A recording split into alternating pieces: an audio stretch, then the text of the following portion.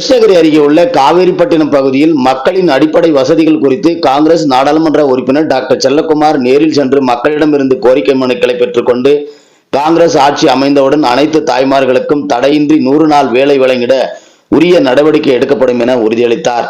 கிருஷ்ணகிரி மாவட்டத்தில் உள்ள கிராமங்கள் தோறும் சுற்றுப்பயணம் மேற்கொண்ட நேரடியாக மக்களை சந்தித்து அவர்களின் அடிப்படை வசதிகள் குறித்து கேட்டறிந்து வருகிறார். இதன் ஒரு பகுதியாக கிருஷ்ணகிரி அருகே உள்ள திம்மாபுரம் ஊராட்சி பகுதியில் வசிக்கும் மக்களின் அடிப்படை வசதிகள் குறித்து நேரடியாக சென்று கேட்டறிந்து வந்த டாக்டர் செல்லக்குமார் அப்பகுதி மக்களின் சிறப்பான வரவேற்பு அளித்தனர்.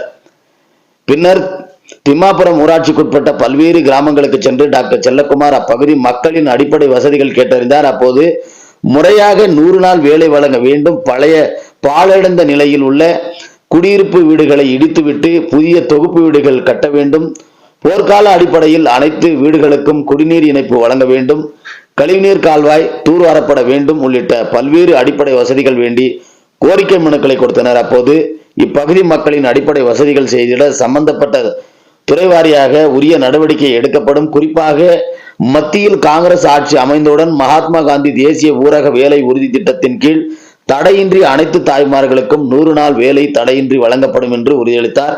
அப்போது மாவட்ட துணைத் தலைவர் சேகர், காங்கிரஸ் கட்சியின் கலைப்பிரிவு மாவட்ட தலைவர் கோவிந்தசாமி, மாநில பேச்சாளர் நஞ்சில் ஜேசு, இளைஞர் அணி மாநில பொதுச் செயலாளர் விக்னேஷ் பாபு, நகர தலைவர் முபாரக், தேவநாராயணம், முன்னாள் அகில இந்திய காங்கிரஸ் கமிட்டி உறுப்பினர் துரை என்கின்ற துரைசாமி, சேவதள மாவட்ட தலைவர் தேவராஜ், மாவட்ட செயலாளர் ஹரி உள்ளிட்ட பலர் கலந்து கொண்டனர்.